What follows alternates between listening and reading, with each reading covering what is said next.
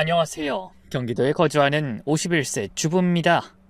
결혼한 지 올해로 26회가 되었는데 이런 사연을 털어놓게 될 줄은 정말 몰랐어요. 지금까지 남편을 믿고 살아왔는데 최근에 알게 된 일로 인해 온 가족이 뒤집어졌거든요. 저희 부부는 서로 첫사랑끼리 만나 결혼했습니다. 남편은 중견기업에서 부장으로 근무하고 있고 저는 결혼과 동시에 직장을 그만두고 전업주부로 살아왔어요. 아이는 대학생인 아들 하나와 고등학교 2학년인 딸 하나가 있습니다. 남편은 평소에 가정적이고 책임감 있는 사람이라고 생각했어요. 회사에서 늦게 들어와도 가족들과 대화하려고 노력했고 아이들 교육비며 생활비도 넉넉하게 주는 편이었거든요. 주말에는 아이들과 영화를 보러 가거나 가족 나들이도 자주 했고요. 특히 아이들에게는 정말 좋은 아버지였어요. 아들이 축구를 좋아한다고 하면 주말마다 같이 축구장에 가서 공을 차주고 딸이 피아노를 배우고 싶다고 하면 비싼 피아노 학원도 마다하지 않고 보내줬어요. 아이들 학교 행사가 있으면 바쁜 와중에도 시간을 내서 참석하려고 했고 부모 상담 때도 저와 함께 가서 선생님 말씀을 진지하게 들었어요. 집에서도 마찬가지였죠.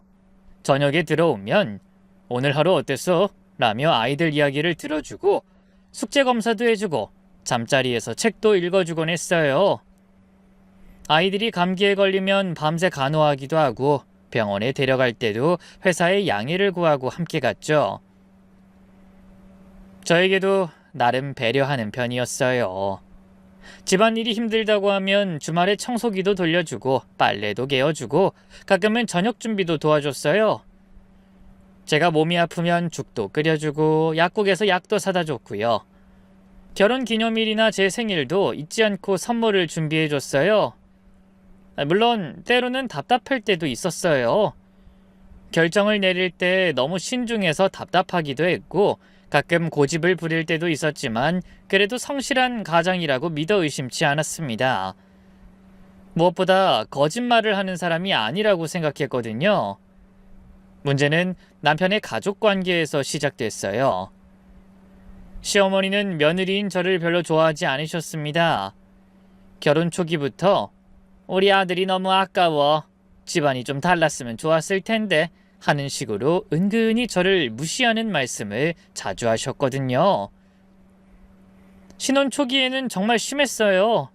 제가 음식을 해가면 간이 맞질 않네.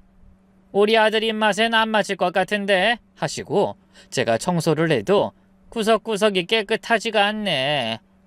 요즘 젊은 사람들은 살림을 못해. 이런 식으로 말씀하셨어요. 심지어 제가 입은 옷차림에 대해서도 너무 화려하다. 며느리가 그렇게 입으면 되겠냐? 하며 트집을 잡으시곤 했죠. 명절이나 가족 모임 때는 더했어요. 다른 며느리들과 비교하면서 누구네 며느린 이렇게 해주던데 누구네 며느린 저렇게 준비하던데 하며 은근히 저를 깎아내리셨어요. 제가 선물을 준비해가도 이런 게 뭐가 특별하냐? 좀 더 정성을 들였으면 좋겠는데 이런 식으로 만족하지 않으셨죠.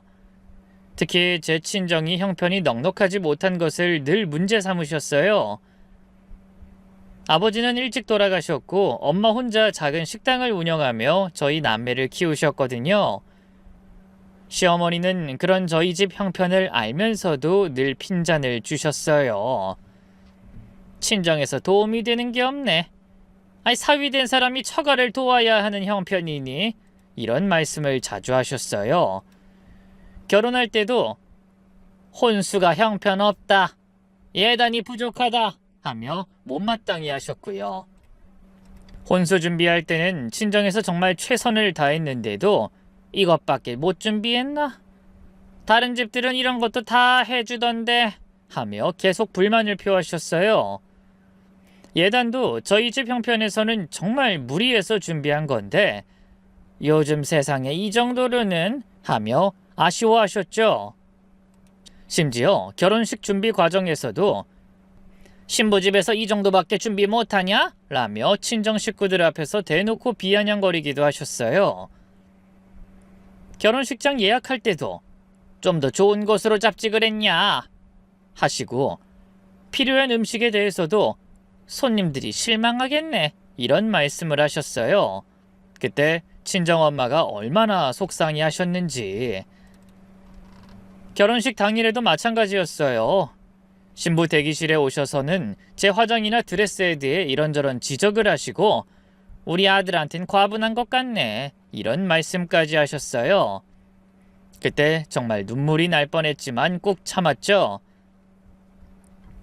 반면 시댁은 나름 중산층 이상의 집안이었어요. 시아버지는 공무원으로 근무하시다 퇴직하셨고, 퇴직금도 상당했고 연금도 넉넉하게 받고 계셨어요. 시어머니는 아파트 몇 채를 소유하고 계셨습니다. 강남에 있는 아파트도 있고 지방에 있는 아파트들도 있어 월세 수입만으로도 상당한 돈이 들어왔죠. 저희가 지금 살고 있는 집도 결혼할 때 시댁에서 마련해 주신 거예요. 물론 그때도 이 정도 집이면 우리 아들에게는 충분하다 라며 마치 큰 은혜라도 베푸는 듯한 말투로 하셨지만요. 원래는 더 좋은 집을 주려고 했는데 며느리 집안 형편을 생각해서 이 정도로 맞췄다 라는 식으로 말씀하시기도 했어요. 가구나 가전제품을 살 때도 마찬가지였죠. 이런 것들은 신부집에서 준비하는 게 맞는데 다른 집들은 다 신부집에서 했는데 이런 말씀을 하시면서도 결국은 시댁에서 사주셨어요. 하지만 그때마다 우리가 특별히 배려해 주는 거다. 원래는 그쪽에서 해야 하는 일이야. 이런 식으로 은근히 부담을 주셨죠. 그런 시어머니 밑에서 남편은 항상 눈치를 봤습니다. 어머니가 무슨 말씀을 하시면 절대 반박하지 못했고, 제가 시어머니와 갈등이 있어도 엄마 성격이 그러니까 이해해줘 라고만 하더라고요. 가끔 제가 당신이 좀 말해줘 라고 하면 엄마를 거스르면 집안이 더 복잡해져 라며 오히려 저를 달래려고만 했어요. 그때가 제일 힘들었던 것 같아요. 첫 아이를 임신했을 때 제가 엄마에게 알려드릴게요 라고 했더니 시어머니가 그런 건 시댁부터 먼저 알려야 하는 거야 라며 화를 내셨어요. 출산 예정일도 병원 선택도 산후조리원까지 모든 걸 시어머니가 정하셨죠. 제 의견은 묻지도 않으셨어요. 아이 이름 지을 땐 더 했어요. 저는 순우리말로 예쁜 이름을 지어주고 싶었는데 우리 집은 대대로 한자 이름 쓴다 라며 장명소까지 데리고 가셨어요. 제가 저도 몇 개 생각해둔 게 있는데 라고 말했더니 새댁이 무슨 장명을 해? 어른들이 알아서 할 일이야 라고 하시더라고요. 돌잔치 때도 마찬가지였어요. 저는 아이가 아직 어리니까 조용하게 가족끼리만 하고 싶었는데 시어머니는 우리 집 첫 손자인데 성대하게 해야지 라며 호텔에서 크게 치르셨죠. 초대 명단부터 음식 메뉴, 돌상 차리는 것까지 전부 시댁에서 결정하셨죠. 그때마다 남편에게 말했어요. 당신이라도 좀 말해줘. 내 의견도 들어봐야 하는 거 아니야? 하지만 남편은 늘 엄마가 경험이 많으시니까 맡기자 라며 시어머니 편만 들었어요. 그럼 내 친정엄마 의견을 왜 안 들어? 라고 물으면 어머니가 서운해하실까봐 라며 오히려 저를 달래려고만 했어요. 그럴 때마다 정말 서러웠어요. 내가 이 집에서 무슨 존재인가 싶더라고요. 둘째 때도 똑같았어요. 이번엔 제가 미리 저도 참여하고 싶어요 라고 말했는데 시어머니는 첫째 때 잘했는데 왜 바꿔? 라며 들어주지 않으셨죠. 그때 정말 남편과 큰 싸움을 했어요. 당신은 내 남편이야? 어머니 아들이야? 둘 다잖아. 왜 이렇게 극단적으로 생각해? 극단적? 내가 언제 극단적으로 했어? 그냥 내 의견도 존중해 달라는 거잖아. 하지만 남편은 끝까지 어머니 마음 상하게 하지 말자 라며 제 편을 들어주지 않았어요. 그때부터였던 것 같아요. 남편에 대한 마음이 조금씩 식어가기 시작한 게. 명절 때도 항상 문제였어요. 추석이나 설날에 친정에 인사라도 드리러 가려고 하면 며느리가 시댁 놔두고 친정부터 가는 법이 어딨어? 라며 아예 기회조차 주지 않으셨어요. 친정엄마가 명절에 얼굴이라도 보고 싶다 라고 하셔도 시댁 일정 때문에 갈 수 없었죠. 그럴 때마다 남편에게 하루만 시간 내자 라고 부탁했지만 어머니가 준비한 게 많으신데 어떻게 나가? 라며 늘 시댁이 우선이었어요. 결국 저는 조금씩 포기하기 시작했죠. 내 의견은 중요하지 않구나. 이 집에선 며느린 그냥 시키는 대로만 하는 존재구나. 이런 생각이 들면서 마음이 점점 닫혔어요. 남편과도 자연스럽게 거리가 생겼죠. 예전에는 하루에 있었던 일을 서로 이야기하며 대화했는데 어느 순간부터는 응, 그래 정도로만 대답하게 됐어요. 남편이 왜 말이 없어? 라고 물으면 별일 없어 라고 답하곤 했죠. 사실 별일이 없는 게 아니라 말해봤자 어차피 제 편은 안 들어줄 거라는 걸 알았거든요. 그렇게 저는 그냥 참고 넘어갔어요. 새댁이니까 어쩔 수 없다고 생각했거든요. 그런데 진짜 문제는 돈 문제였습니다. 시어머니는 제 친정에 대해서는 가난한 집 출신이라 돈 개념이 없다. 친정 도우려고 하지 마라 하고 막말을 퍼부으셨으면서도 정작 시댁에서 돈이 필요할 때면 언제나 남편에게 손을 벌리곤 했었죠. 몇 년 전 시아버지가 편찮으셨을 때도 그랬어요. 병원비며 간병비로 상당한 돈이 들어갔는데 남편은 야, 아버지 일인데 당연하지 라며 통장의 절반을 털어서 드렸습니다. 그때 병원비만 해도 3천만 원이 넘었는데 저축해둔 돈이 한순간에 날아갔어요. 그때 저는 우리도 아이들 교육비가 만만치 않은데 라고 말했다가 부모님 일에 왜 그렇게 인색하게 굴어? 라며 크게 혼이 났어요. 반면 제 친정일엔 정말 박했어요. 몇 년 전 엄마가 식당을 확장하려고 하실 때도 장사 안 되는 거 뻔한데 왜 돈을 퍼부어? 친정 도와봤자 밑 빠진 독에 물 붓기야 라며 10원 한 장도 주려고 하지 않았거든요. 우리 부모님을 모욕하는 말들을 듣기 싫어서 저도 어지간하면 남편에게 뭘 요구하지 않게 됐죠. 하지만 엄마가 편찮으셔서 병원에 입원하셨을 때는 정말 제 가슴에 대못이 박히더군요. 제가 엄마 병원비 좀 도와줘 라고 했더니 그런 건 네가 알아서 해야지 왜 우리 돈을 써? 라며 펄쩍 뛰는 겁니다. 심지어 친정에서 돈 달라고 하면 어떻게 하냐? 라며 핀잔까지 주더라고요.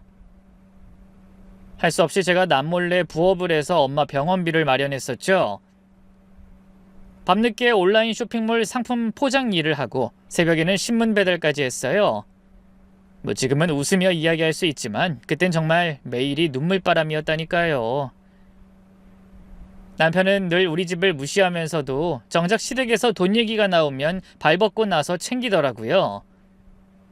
시동생이 사업자금이 필요하다고 하면 1,000만 원씩 빌려주고 시누이가 아이 학원비가 부족하다고 하면 몇백만 원씩 보태주고 작년에는 시누이 집 보일러가 고장났다며 200만 원을 송금하기도 했어요. 제게는 언제나 사후 통보가 돌아왔습니다. 동생이 급하게 필요하다고 해서 좀 보내줬어. 어머니가 갑자기 돈이 필요하시다고 해서 이런 식으로 일이 다 끝난 후에야 알려주더라고요. 그럴 때마다 속이 쓰렸지만 참았어요.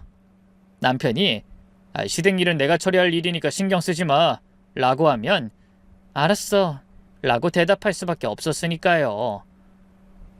그런데 얼마 전부터 뭔가 이상하다는 느낌이 들기 시작했어요. 가계부를 정리하다 보니 매달 생활비에서 돈이 자꾸 부족했거든요. 남편이 주는 생활비는 일정한데 쓴 돈은 그보다 적은 거예요. 제가 계산을 잘못했나 싶어서 다시 확인해 봤는데 분명히 어딘가로 돈이 새고 있었습니다. 특히 지난 몇 달간은 아이들 학원비나 생활비가 빠듯해서 제가 아껴가며 써야 했던 적이 여러 번 있었어요. 마트에서 장을 볼 때도 가격표를 일일이 따져보고 아이들이 사달라는 것도 다음에라며 미뤄야 했고 저 자신을 위한 지출은 거의 포기하다시피 했어요. 아들 대학 등록금도 부족해서 학자금 대출을 받기까지 했는데 그때 얼마나 마음이 무거웠는지 아들에게 미안하다. 엄마 아빠가 더 준비하지 못해서 라고 사과했던 기억이 나요. 정작 그 돈이 어디로 가는지도 모른 채 말이에요. 그리고 며칠 전 드디어 그 진실을 알게 됐어요. 남편이 샤워하는 사이에 휴대폰에 문자가 왔는데 시어머니 이름으로 이번 달도 고맙다. 아들 덕 많이 보내 라는 내용이었거든요. 그 순간 정말 세상이 빙글빙글 돌더라고요. 손이 바들바들 떨리고 가슴이 쿵쾅거리고 처음에는 뭔가 잘못 본 게 아닌가 싶어서 몇 번이고 다시 읽어봤어요. 하지만 분명히 거기 적혀 있었죠. 그 순간 모든 퍼즐이 무서울 정도로 또렷하게 맞춰졌어요. 왜 가게가 빠듯했는지, 왜 아이들 등록금이 부족했는지, 왜 제가 밤늦게 부업을 해야 했는지 모든 게 한순간에 이해됐죠. 남편이 저 몰래 시댁에 매달 돈을 보내고 있었던 거예요. 제가 알아본 결과 무려 월 300만 원씩 거의 2년 동안 보내고 있었더라고요. 그 충격이란 정말 표현할 수가 없어요. 마치 믿었던 바닥이 한순간에 무너져 내리는 느낌이었어요. 그날 밤 남편에게 따져 물었더니 처음에는 뭔 소리야 라며 발뺌하다가 결국 어머니가 생활비가 부족하다고 하셔서 조금씩 드리고 있어 라고 실토했어요. 그럼 나한텐 왜 말 안 했어? 라고 물었더니 말하면 또 반대할 것 같아서 라고 하더라고요. 정말 어이가 없었어요. 더 화가 났던 건 남편의 태도였어요. 내가 번 돈 내가 주겠다는데 왜 그렇게 굴어? 어머니 생활비 드리는 게 그렇게 문제야? 하면서 오히려 저를 나무라는 거예요. 그날 밤 남편과 큰 싸움을 했어요. 저는 감정이 복받쳐서 이게 말이 되냐며 소리를 질렀고 남편은 왜 이런 일로 난리야? 라며 오히려 저를 비난했거든요. 당신은 내가 친정엄마 병원비 마련하려고 밤늦게 부업하는 것도 알면서 왜 한마디 말도 없이 시댁에만 그렇게 퍼져? 그건 그거고 이건 이거지. 어머니가 생활이 어렵다고 하시는데 아들로서 못 본 척 할 순 없잖아. 그럼 나한텐 왜 상의 안 했어? 우리 부부잖아. 상의하면 또 반대할 게 뻔한데 뭘 상의해?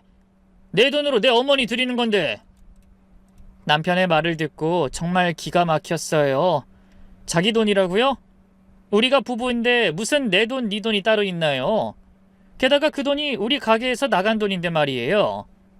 그때 저는 정말 우라같이 밀어서 소리를 질렀어요. 그럼 내가 밤늦게 포장 일하고 새벽에 신문 배달한 건 뭐야? 우리 엄마 병원비 마련하려고 몸이 부서져라 이랬는데. 그땐 상황이 달랐잖아. 뭐가 달라? 둘 다 부모님인데 왜 차별해? 남편은 대답하지 못하고 고개만 돌렸어요. 정말 답답했습니다. 더 알아보니 상황이 더 심각했어요. 시어머니가 남편에게 며느린 절대로 이 일 알게 하지 마라. 괜히 기분 나빠할 텐데 하면서 아예 저를 배제하고 거래를 하고 있었던 거예요. 심지어 시어머니는 다른 사람들 앞에서는 우리는 자식들한테 폐 안 끼치고 자립해서 살고 있다. 요즘 젊은 사람들은 부모 모시는 마음이 없어서 걱정이다. 라고 떠들고 다니고 있었다는 거예요. 정말 이중적이었죠. 남편한테는 매달 300만 원씩 받아가면서 겉으로는 자립하는 척 착한 시어머니 행세를 하고 있었던 거죠. 며칠 후 시댁에 직접 찾아가서 시어머니와 대화를 나눴어요. 어머님, 남편이 매달 생활비 드리고 있다던데 전 전혀 몰랐거든요. 앞으로는 저도 알고 싶어요. 그랬더니 시어머니의 반응이 가관이었어요. 아유, 그런 걸 왜 신경 써? 우리 아들이 효자라서 그런 거지. 네가 다 알 필요가 있어? 부부 사이 비밀이 어디 한둘인가? 더 가관인 건 그 다음이었어요. 근데 말이야, 네 친정은 왜 도움을 안 주냐? 우리는 아들이 챙겨주는데 너희 친정은 왜 맨날 자식에게 받기만 하지? 정말 어이가 없었어요. 자기들은 매달 300만 원씩 받아가면서 그건 다 모른 채 숨겨놓고 제 친정은 왜 도움을 안 주냐고 되묻는 거죠. 어머님, 저희 친정 어머니는 지금도 혼자서 식당 운영하시면서 자식들한테 폐 안 끼치려고 열심히 사시는데요. 그러게 말이야. 그렇게 열심히 산다면서 왜 맨날 돈이 부족하냐고. 장사를 제대로 못하는 거 아니야? 시어머니는 거기서 그치지 않고 더 심한 말까지 하셨어요. 솔직히 말해서 네 친정은 우리 아들한테만 기대고 사는 거 아니야? 우린 그런 집안하고는 달라. 정말 말이 안 통했죠. 시어머니는 자기가 받는 건 당연하고 제 친정이 어려운 건 무능력 때문이라고 생각하는 듯 했습니다. 그날 저는 집으로 돌아와서 남편에게 다시 얘기했어요. 당신 어머니랑 얘기해봤는데 정말 이해가 안 돼. 우리가 매달 300만 원씩 드리는 걸 당연하게 생각하시네. 남편은 결국 시끄러워 라며 방으로 들어가 버렸어요. 대화 자체를 거부하는 거였죠. 그 후로 집안 분위기가 정말 나빠졌어요. 남편은 저와 눈도 마주치지 않으려 했고 저도 남편 얼굴 보기가 싫었거든요. 밥상에서도 서로 말이 없었고 아이들만 어색해했어요. 아이들도 눈치를 채고 있었죠. 아들이 엄마, 아빠랑 왜 이렇게 싸워요? 라고 물어봤지만 뭐라고 대답해야 할지 모르겠더라고요. 딸도 집안 분위기가 너무 무거워요 라며 걱정하더군요. 근데 더 충격적인 사실을 알게 됐어요. 시어머니가 받은 그 돈으로 무엇을 했는지 알아봤거든요. 알고 보니 시어머니는 매달 받은 300만 원을 모두 시누이에게 주고 있었던 거예요. 시누이가 이혼하고 혼자 아이를 키우고 있다는 이유로 남편이 준 돈을 고스란히 딸에게 전달하고 있었던 거죠. 그것도 모자라 시어머니는 다른 친척들에게 우리 딸이 이혼해서 힘든데 큰며느리가 도움을 주지 않으려 한다. 친정만 챙기고 시댁은 신경도 안 써. 라고 저에 대한 험담을 퍼뜨리고 있었어요. 심지어 동네 마트에서도 우리 며느린 참 매정해. 친정일이면 발벗고 나서는데 시댁일은 모른 척해. 라며 제 욕을 하고 다니고 있었다는 거예요. 정말 기가 막혔죠. 남편이 매달 300만 원씩 주는 것도 모자라 제가 나쁜 며느리로 소문까지 나고 있었던 거예요. 이 사실을 알고 남편에게 따졌더니 동생이 어려우니까 어머니가 도와주시는 것 같은데 그게 뭐가 문제야? 라고 하더라고요. 문제는 내가 전혀 모르는 상태에서 우리 돈이 시누이한테 가고 있다는 거야. 그것도 거의 2년 동안이나. 그래서 동생 돕는 게 잘못됐나? 잘못된 게 아니라 상의를 했어야 한다는 거지. 그럴 거면 내 친정은 왜 그렇게 박하게 돼 있는데? 장모님은 아직 젊으시니까 스스로 해결할 수 있잖아. 동생은 혼자 아이까지 키워야 하는 상황이고. 정말 말도 안 되는 논리였어요. 제 엄마도 혼자 저희 남매를 키우셨는데 왜 시누이만 특별 대우를 받아야 하는 건지 이해가 안 됐거든요. 더 화가 났던 건 남편이 시누이한테는 네가 이해해라. 민지 엄마가 예민해하더라. 미안해. 좀 더 조용히 하자. 라고 문자를 보낸 걸 발견했을 때였어요. 저는 예민한 사람 취급을 받고 있었고 시누이는 피해자 행세를 하고 있었던 거예요. 그날 밤 정말 눈물이 났어요. 26해 동안 이 집을 위해 살아왔는데 결국 저는 가족이 아니라 그냥 집안이라는 사람 취급을 받고 있었던 거예요.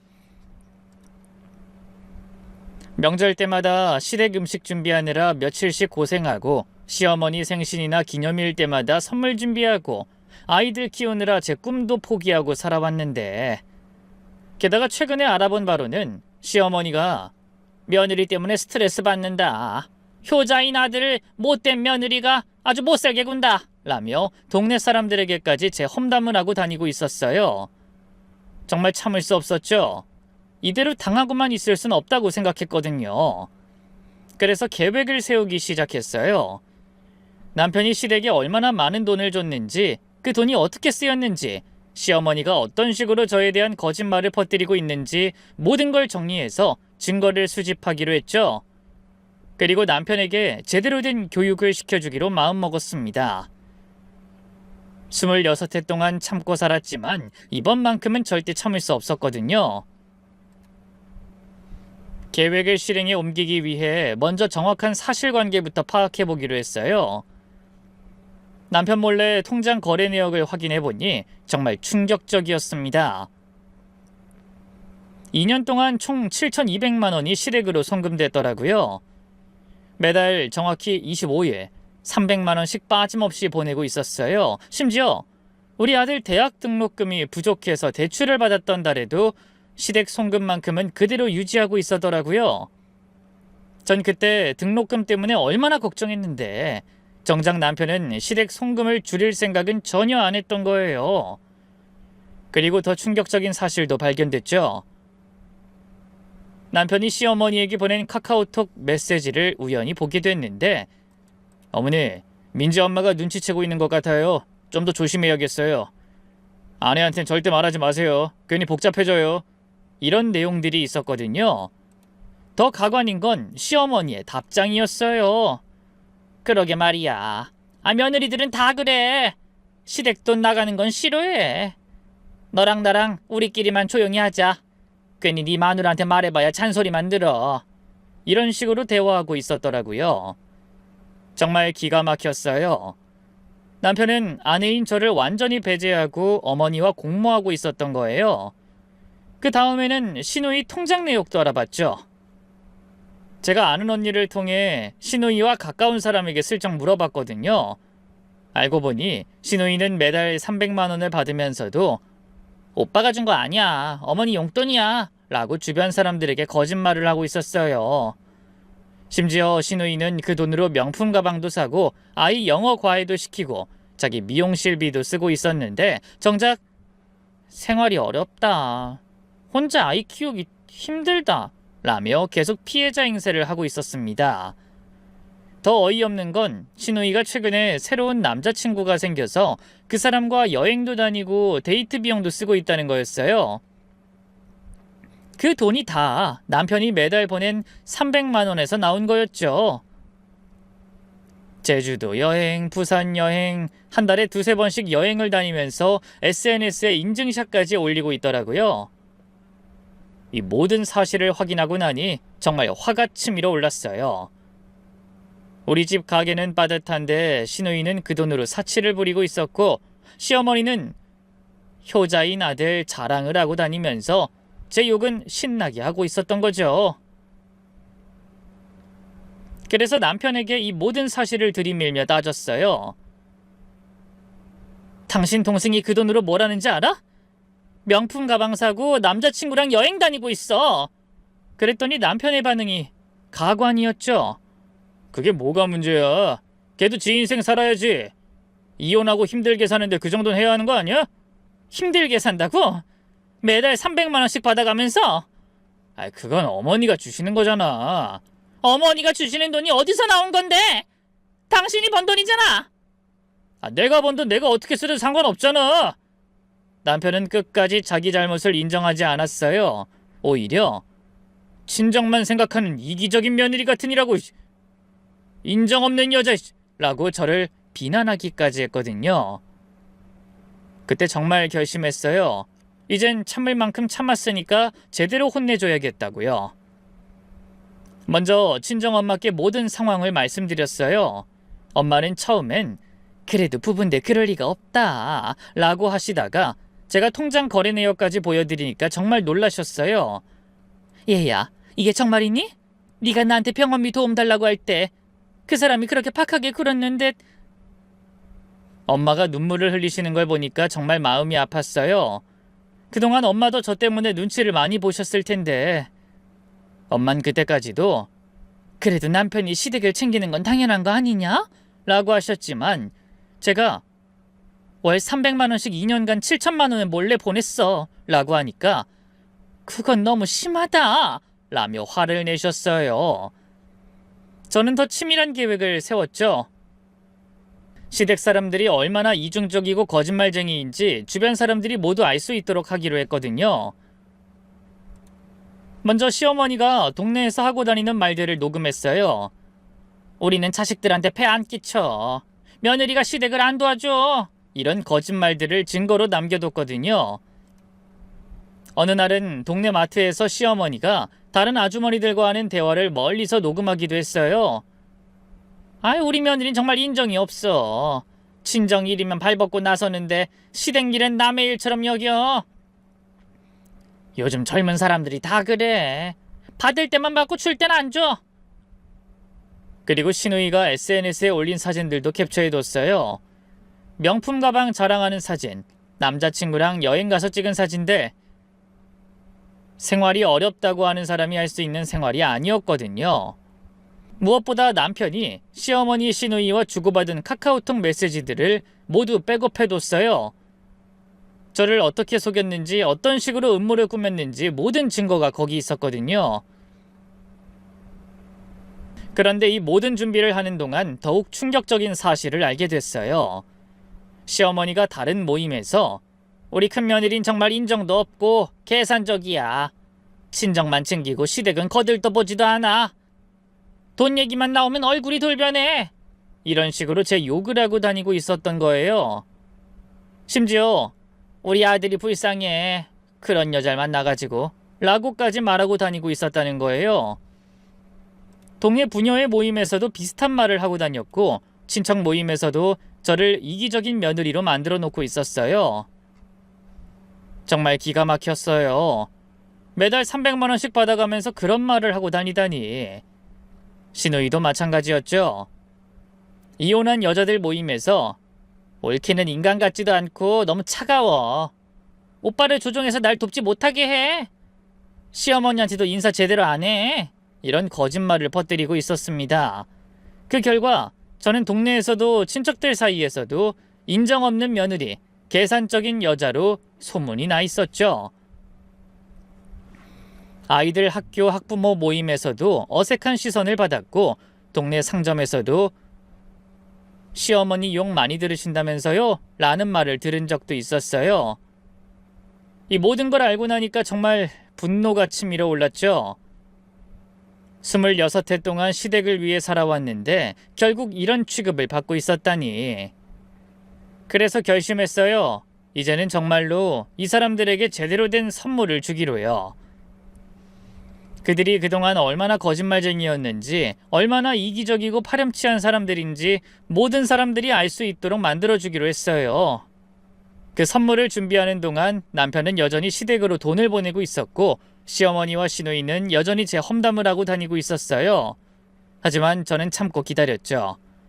곧 그들이 받을 충격이 얼마나 클지 생각하니까 오히려 마음이 시원해지더라고요. 드디어 선물을 주기로 한 날이 왔어요. 마침 시어머니 생신이 한 달 후에 있어서 그날을 타겟으로 잡았거든요. 몇 주 전부터 차근차근 준비를 시작했습니다. 컴퓨터 앞에 앉아 지난 2년간의 송금 내역을 하나하나 출력하고 시누이의 SNS 사진들을 스크린샷으로 저장하고 녹음 파일들을 정리하면서 마음속으론 벌써부터 그날의 광경이 그려지더라고요. 먼저 시댁 식구들이 모이는 가족 단체 카톡방에 정중한 톤으로 메시지를 올렸어요. 평소에는 별로 말이 없던 제가 갑자기 적극적으로 나서니까 다들 의아해하는 분위기였죠. 어머님, 생신 맞아서 가족들이 모두 모이니까 그동안 제가 준비한 특별한 선물을 드리고 싶어요. 어머님께서 정말 좋아하실 거예요. 시어머니는 뭔 선물인지 궁금하네. 우리 며느리가 준비 많이 했구나 하면서 좋아하셨고 시누이도 언니가 어쩐 일로 드물게 적극적이네. 평소에 소극적이더니 하며 관심을 보였어요. 그 메시지를 보면서 속으론 그래, 조금만 더 기대해. 정말 깜짝 놀랄 선물이 될 거야 라고 생각했죠. 남편도 뭘 준비했어? 너 평소에 선물 준비할 때마다 며칠 전부터 고민하고 난리치는데 이번엔 조용하네? 라고 물었지만 깜짝 선물이니까 그날까지 기다려봐 라고 했죠. 그리고 생신 전날 밤 침실에서 남편에게 의미심장하게 말했어요. 내일 어머님 생신상에 올릴 특별한 선물이 있어. 당신도 정말 놀랄 거야. 아마 평생 잊지 못할 선물이 될 것 같아. 남편은 뭔데 그렇게 신비스럽게 굴어? 설마 비싼 거 산 건 아니지? 요즘 경기도 안 좋은데 라고 했지만 저는 내일 보면 알아. 돈 한 푼도 안 들었으니까 걱정하지 마 라고만 했어요. 그때 남편 얼굴에 스친 안도의 표정을 보면서 정말 끝까지 돈 생각만 하는구나 라는 생각이 들었죠. 생신 당일 아침 저는 평소보다 일찍 일어나서 정성스럽게 옷을 차려입었어요. 검은색 원피스에 진주 목걸이를 하고 머리도 단정하게 빗어 넘겼습니다. 마치 중요한 발표를 앞둔 사람처럼 거울 앞에서 몇 번이고 모습을 점검했죠. 오늘이야말로 진실을 밝히는 날이다라고 마음을 다잡으면서요. 시댁에는 온 가족이 모였어요. 시아버지, 시어머니, 시누이와 조카, 그리고 시동생 가족까지 총 10명 정도 됐죠. 평소 가족 모임과는 달리 분위기가 화기애애했어요.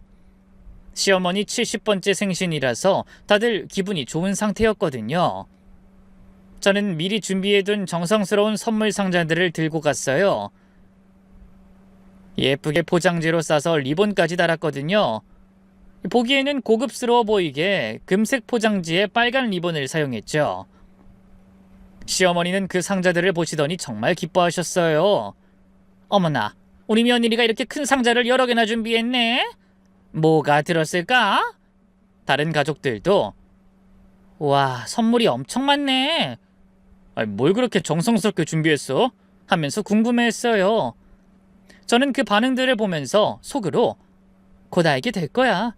정말 깜짝 놀랄 테니까 라고 생각했죠. 어머님, 70번째 생신 진심으로 축하드려요. 제가 정말 정성껏 준비한 선물이에요. 어머님께서 가장 필요로 하시는 것들로 준비했어요. 시어머니는 정말 기뻐하시면서 아유, 우리 며느리가 이렇게 정성스럽게 준비해줬네. 26년을 시댁 모셔봤는데 이렇게 특별한 선물은 처음이구나 하시며 모든 가족 앞에서 천천히 선물 상자를 여셨어요. 첫 번째 상자를 열자마자 시어머니의 얼굴이 서서히 굳어졌어요. 처음엔 뭔가 잘못 봤나 싶어서 눈을 깜빡이시더니 점점 표정이 심각해지셨죠. 안에는 예쁜 액자가 들어있었는데 그 액자 안엔 지난 2년간의 송금 내역서가 깔끔하게 정리돼 있었거든요. 2019년 1월부터 2021년 12월까지 매월 25일 정기송금 300만원씩 총 24회, 송금액 7,200만원. 그리고 옆에는 예쁜 분홍색 메모지가 붙어 있었어요. 어머님께서 자식들한테 폐 안 끼친다고 늘 자랑하신 말씀과 실제로 받으신 금액의 차이를 한눈에 보기 쉽게 정리해봤어요. 앞으로도 건강하세요. 시어머니는 말문이 막힌 채 액자를 바라보고만 있었고 손이 미세하게 떨리는 게 보였어요. 다른 가족들도 무슨 내용인지 몰라서 웅성거리기 시작했죠. 뭐야, 이게 뭔 내용이야? 숫자가 적혀있네. 시아버지가 이게 뭔 소리야? 며느리야, 이거 무슨 의미야? 라고 하시기에 저는 밝은 목소리로 천천히 설명했어요. 아버님, 어머님께서 평소에 나는 자식들한테 폐 안 끼친다, 내 용돈은 내가 알아서 번다고 동네에서 자랑하고 다니시잖아요. 근데 실제로는 저희가 매달 300만원씩 2년 동안 꼬박꼬박 드렸더라고요. 총 7,200만원이요. 한 달도 빠뜨리지 않고 말이에요. 그 순간 거실이 조용해졌어요. 시계 소리만 뚝딱거리는 게 들릴 정도로 정적이 흘렀죠. 시동생이 뭐야, 그럼 형이 매달 300씩 줬다는 거야? 우린 전혀 몰랐는데? 라고 물었고 저는 네, 맞아요. 날짜까지 다 적혀 있으니까 확인해 보세요. 라고 대답했어요. 시어머니는 얼굴이 새빨개지면서 이게 뭐 하는 짓이야? 가족끼리 이런 걸 왜 만들어? 라고 소리를 지르셨지만 전 이미 준비한 두 번째 선물을 꺼냈어요. 그리고 고모한테 특별한 선물이 있죠. 시누이에게 건넨 선물 상자 안에는 시누이가 SNS에 올린 명품 가방 사진들과 남자친구와 여행 다닌 사진들을 예쁘게 편집돼서 들어있었어요. 루이비통 가방, 샤넬 지갑, 제주도 여행, 일본 오사카 여행 사진들이 날짜 순으로 정리돼 있었죠. 그리고 맨 위에는 이런 메모를 적었습니다. 생활이 어렵다고 하시면서도 이렇게 잘 사는 걸 보니 정말 다행이에요. 명품도 사시고 여행도 자주 다니시니까 앞으로는 더 이상 어려워하지 마세요. 시누이는 얼굴이 새빨개지면서 언니, 이게 뭐야? 왜 이런 걸 만들었어? 이건 사생활 침해야! 라고 소리쳤죠. 내 SNS 몰래 캡처한 거잖아! 그때 저는 마지막 선물을 꺼냈어요. 바로 시어머니가 동네에서 제 욕을 하고 다닌 내용들을 녹음한 파일과 정리한 문서였거든요. A4 용지 5장에 빽빽하게 적혀 있었어요. 어머님, 이건 어머님께서 평소에 저에 대해서 어떤 말씀을 하고 다니시는지 정리한 거예요. 동네 사람들한테 하신 말씀들 날짜별로 정리해봤어요. 문서를 펼쳐 보이면서 큰 소리로 읽어나갔어요. 며느리가 인정이 없다, 계산적이다, 친정만 챙긴다, 시댁을 거들떠보지도 않는다, 돈 얘기만 나오면 얼굴이 돌변한다, 우리 아들이 저런 여자랑 결혼해서 불쌍하다. 가족들이 모두 충격을 받은 표정으로 절 바라봤어요. 동서가 어머님, 정말 이렇게 말씀하셨어요? 이건 너무하잖아요. 라고 물으셨지만 시어머니는 이건 오해야. 내가 언제 그런 말을 했다고? 라고만 외쳐댔죠. 하지만 자기 어머니가 괴로운 건 곧 죽어도 못 보겠는지 그때 남편이 나섰습니다. 그가 벌떡 일어서면서 큰 소리로 제게 협박을 해왔죠. 당신 지금 뭐 하는 거야? 미쳤어? 라더니 이런 식으로 가족 모임 망칠 거야? 어머니 생신에 이게 무슨 짓이야? 하고 으름장을 놨죠. 저는 남편을 똑바로 바라보며 차분하게 말했어요. 당신한테도 특별한 선물 있어. 가장 큰 선물이지. 남편에게 건넨 것은 지난 2년간 남편이 시어머니와 주고받은 카카오톡 메시지들을 정리한 파일이었어요. 메시지 하나하나를 스크린샷으로 찍어서 시간순으로 정리해놨거든요. 엄마한테 절대 말하지 마세요. 민재 엄마가 눈치채고 있는 것 같아요. 와이프가 성가시게 굴까봐 비밀로 했어요. 엄마만 알고 있으세요. 이런 메시지들이 날짜별로 정리돼 있었죠. 남편이 시어머니한테 보낸 메시지들, 시누이한테 보낸 메시지들이 모두 다 있었어요. 남편은 기가 막힌 듯 이걸 어떻게 내 휴대폰을 라고 중얼거렸고 저는 당신이 매일 밤 샤워하는 30분 동안 휴대폰 보고 하나하나 캡처한 거야. 몇 달 동안 차근차근 모았어. 라고 했죠.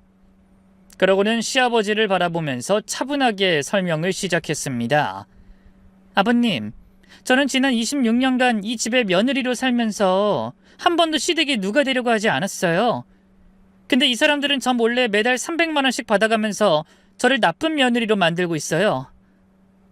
그 돈은 시누이가 명품 사고 여행 다니는 데 쓰였고 시어머니는 그 사실을 숨기면서 동네에서 절 험담하고 다녔죠. 이제 모든 분들이 진실을 아셨으니까 앞으로는 누가 정말 이기적인 사람인지, 누가 정말 가족을 생각하는 사람인지 알 수 있을 거예요. 분위기가 정말 가관이었습니다. 아무도 입을 열지 못하고 있는데 시어머니가 얼굴을 새빨갛게 달구면서 너 진짜 미쳤니? 얘가 왜 이래? 당장 나가! 라고 소리쳤죠. 하지만 전 웃으면서 다행이네요. 더 이상 거짓말쟁이들과 한가족인 척하지 않아도 되겠어요. 라고 대답했죠. 그 순간 남편이 제 팔을 거칠게 잡으면서 당신 그만해. 집에 가자. 당장 일어나! 라고 했어요. 저는 팔을 뿌리치면서 그래 가자. 이제 이 집구석에서 할 말은 다 했으니까. 26년 동안 참았던 말들 다 쏟아냈으니까 라고 하면서 모든 가족들에게 인사를 남겼습니다. 그동안 고생 많으셨어요. 앞으로는 서로 솔직하게 지내세요. 그리고 거짓말은 그만하시고요. 집으로 가는 차 안에서 남편은 벌벌 떨면서 당신 미쳤어? 어떻게 이런 일을 할 수 있어? 앞으로 얼굴 어떻게 보려고? 어? 라고 소리를 질러댔어요. 저는 저대로 미쳤다고? 난 지금까지 너무 정상이었던 것 같은데 26년간 바보처럼 당하고만 살았네. 이제야 정신이 들었어. 라고 맞받아쳤죠. 집에 도착하자마자 남편의 휴대폰에 시댁 식구들의 전화가 빗발치기 시작했어요. 벨소리가 끊임없이 울리더라고요. 남편은 전화를 받으면서 죄송합니다. 제가 단속 잘못했어요. 미안하다. 애엄마가 너무 선을 넘었지. 내가 아주 혼을 내놓을게. 라면서 계속 빌고 또 빌고 사과하고 있었어요. 그 모습을 보니까 정말 어이가 없었어요. 끝까지 저를 나쁜 사람으로 만들려고 하는 거였거든요. 아내 단속을 잘못했다라는 말을 듣는 순간 정말 화가 머리끝까지 치밀었어요. 그때 저는 마지막 카드를 사용했죠. 미리 준비해둔 이혼 서류를 남편에게 내밀면서 단호하게 말했어요. 당신이 계속 그런 식으로 나올 거라면 우리 이혼해. 더 이상 못 참겠어. 26년 동안 참았는데 이제 정말 끝이야. 이혼 서류를 보는 순간 남편의 얼굴이 하얗게 변했어요. 여보, 이건 너무 과한 거 아니야? 이혼까지 할 일은 아니잖아. 과해? 26년간 나를 속이고 뒤에서 음모를 꾸민 게 과한 거지. 그때 남편이 갑자기 무릎을 꿇더라고요. 정말 진짜로 바닥에 무릎을 꿇고 앉으면서 손을 싹싹 비비며 빌기 시작한 거예요. 미안해, 정말 미안해. 내가 잘못했어. 다시는 이런 일 없을게. 제발 이혼은 말자. 처음엔 작은 목소리로 사과하더니 점점 목소리가 커지면서 울기까지 시작했어요. 당신 말이 맞아. 내가 정말 바보였어. 어머니랑 동생 말에 넘어가서 당신을 힘들게 했어. 정말 잘못했어. 다시 기회를 줘. 남편이 그렇게 빌자 아이들까지 놀라 방에서 나왔죠. 아들이 아빠 왜 그래요? 무슨 일이에요? 라고 물었지만 저는 아빠가 엄마한테 잘못해서 사과하는 거야 라고만 했어요. 딸도 엄마, 아빠가 뭘 그렇게 잘못했어요? 라고 물었지만 어른 일이니까 너희는 신경 쓰지 마 라고 했죠. 남편은 계속 무릎을 꿇고 빌면서 앞으로는 절대 시댁에 돈 안 보낼게. 모든 가게 관리 당신이 해. 어머니 말도 듣지 않을게 라고 약속했어요.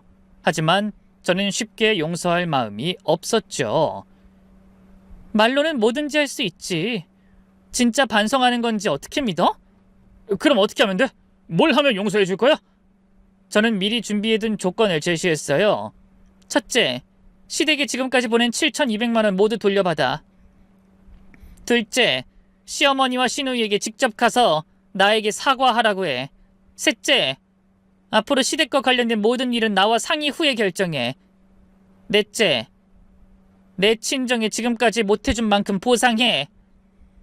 남편은 7천만 원을 어떻게 돌려받아? 라고 했지만 저는 그건 당신이 알아서 해야 할 일이야. 못하겠으면 이혼하는 거고 라고 했죠. 결국 남편은 울면서 알겠어, 다 할게 라고 약속했어요. 다음 날부터 남편의 사과 행진이 시작됐죠. 먼저 시어머니에게서 전화를 걸어서 어머니, 그동안 안 보낸 돈 돌려주세요 라고 했어요. 시어머니는 미쳤냐? 이미 다 쓴 돈을 어떻게 돌려줘? 라고 했지만 남편은 야, 안 돌려주면 저희 이혼해요. 그럼 더 이상 돈 못 받으실 거예요 라고 했어요. 며칠간 실랑이가 있었지만 결국 시어머니가 굴복했어요. 아파트 한 채를 팔아 6천만 원을 돌려주겠다고 하더라고요. 나머지 1,200만 원은 시누이가 분할해서 갚기로 했고요. 시누이는 처음에 왜 내가 갚아야 해? 라며 버텼지만 남편의 협박에 결국 항복했어요. 시누이는 할 수 없이 명품 가방도 팔고 아르바이트도 시작했죠. 남자친구와도 헤어졌다고 하더라고요. 매달 갚아야 할 돈이 있으니까 연애할 여유가 없어진 거죠. 그리고 시어머니와 시누이가 저에게 직접 와서 사과했어요. 시어머니는 아가, 그동안 너한테 미안한 일 많이 했다. 앞으로는 함부로 말하지 않겠다 라고 했고, 시누이는 언니, 제가 너무 철없었어요. 오빠가 주신 돈으로 사치 부린 것 정말 죄송해요 라고 했죠. 물론 진심인지는 의심스러웠지만 일단 공개적으로 사과는 받았어요. 더 중요한 건 동네 사람들 앞에서도 사과를 받은 거였어요. 시어머니가 그동안 험담하고 다녔던 사람들 앞에서 우리 며느리가 정말 고생 많았다. 내가 잘못 생각했다. 라고 직접 말씀하시더라고요. 그 다음으로는 제 친정에 대한 보상이었어요.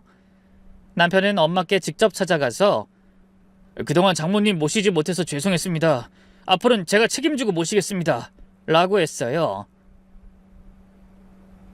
그리고 엄마의 식당 리모델링 비용 3천만 원을 지원해드렸고 매달 100만 원씩 용돈도 드리기로 했어요. 가장 중요한 건 남편의 태도 변화였죠. 이제는 집안의 모든 돈 관리를 제가 하고 있어요. 남편 통장까지 모두 제가 관리하고 있고 용돈만 매달 정해진 금액을 주고 있죠. 시댁에서 무슨 일이 있어도 반드시 저와 상의한 후에 결정하고 제 의견에 반대할 땐 합리적인 이유를 제시해야 해요. 남편은 처음엔 너무 통제가 심한 거 아니야? 라고 했지만 26년간 날 속인 사람이 할 말은 아닌 것 같은데? 라고 하니까 더 이상 항의하지 않더라고요. 시어머니도 이제는 저에게 함부로 말하지 못해요. 동네에서 만나면 어색하게 인사만 하고 지나가세요. 예전처럼 제 험담을 하고 다니지도 못하고요. 오히려 다른 사람들이 그 며느리 정말 대단하다 라며 저를 높이 평가하기 시작했어요. 26년간 참고 살다 한 번에 뒤집어 엎은 거 보니 진짜 속이 시원하다는 반응들이 많았죠. 시누이는 아예 얼굴을 보기 힘들어해요. 명품 가방도 반납했고 남자친구와도 헤어졌잖아요. 매달 돈을 갚아야 하니까 아르바이트를 시작했죠. 그런데 재밌는 건 시누이가 이제 와서 언니, 제가 정말 잘못했어요. 다시 친하게 지내요. 라며 저에게 잘 보이려 노력한다는 거예요. 하지만 저는 이미 늦었어요. 앞으로는 그냥 남남으로 지내죠. 라고 선을 그었어요. 동네 사람들도 이제는 저를 다르게 봐요. 정말 대단하다. 시원하게 복수했다라며 오히려 저를 부러워하는 분들이 많아졌어요. 우리도 며느리 입장에서 저런 일 있으면 참지 못했을 거다. 26년간 참았으니 한 번쯤은 폭발할 만하다. 이런 반응들이 대부분이었죠. 가장 좋은 건 아이들의 반응이었어요. 아들이 엄마 정말 멋있어요. 그동안 너무 참고 사셨네요. 라고 했고 딸도 앞으로는 누구도 엄마를 무시하지 못할 거예요. 라고 했어요. 아이들도 그동안 할머니가 엄마 욕하는 걸 듣고 마음이 아팠다고 하더라고요. 할머니가 엄마 나쁘게 말할 때마다 기분 나빴다며 오히려 절 위로해줬죠. 남편도 이젠 진짜 달라진 것 같아요. 예전엔 시댁 편만 들었는데 이젠 제 편을 들어줘요. 당신 말이 맞았어. 그동안 내가 정말 바보였어. 라고 진심으로 반성하고 있어요. 집안일도 적극적으로 도와주고 친정일에도 관심을 보이기 시작했어요. 엄마 안부도 자주 묻고요. 물론 완전히 믿진 않아요. 언제 또 변할지 모르니까 계속 지켜보고 있죠. 하지만 일단은 만족해요. 제가 이 사연을 들려드리는 이유는 혹시 저처럼 시댁 때문에 고생하고 계신 분들이 있다면 절대 혼자 참지 마시라고 말씀드리고 싶어서예요. 부부는 평등해야 하고 시댁이라고 해서 무조건 참을 필요는 없어요. 때로는 확실하게 선을 그어야 할 때도 있죠.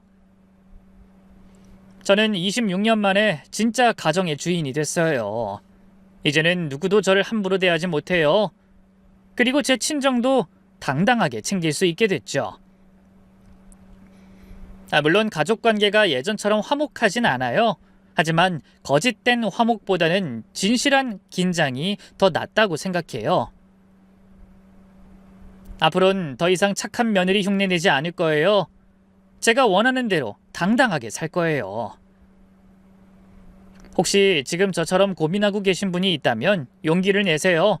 분명히 달라질 거예요. 참는 것만이 미덕은 아니에요. 때로는 싸워야 할 때도 있답니다. 지금은 남편도 변했고 시댁도 절 함부로 대하지 못하고 친정도 당당하게 모실 수 있게 돼서 정말 만족해요. 가끔 친구들은 너 정말 대단하다. 어떻게 그런 용기가 났냐? 라고 물어보는데 저는 더 이상 참을 수 없었으니까 라고 대답해요. 여기까지가 제 이야기였습니다. 긴 이야기 들어주셔서 감사해요.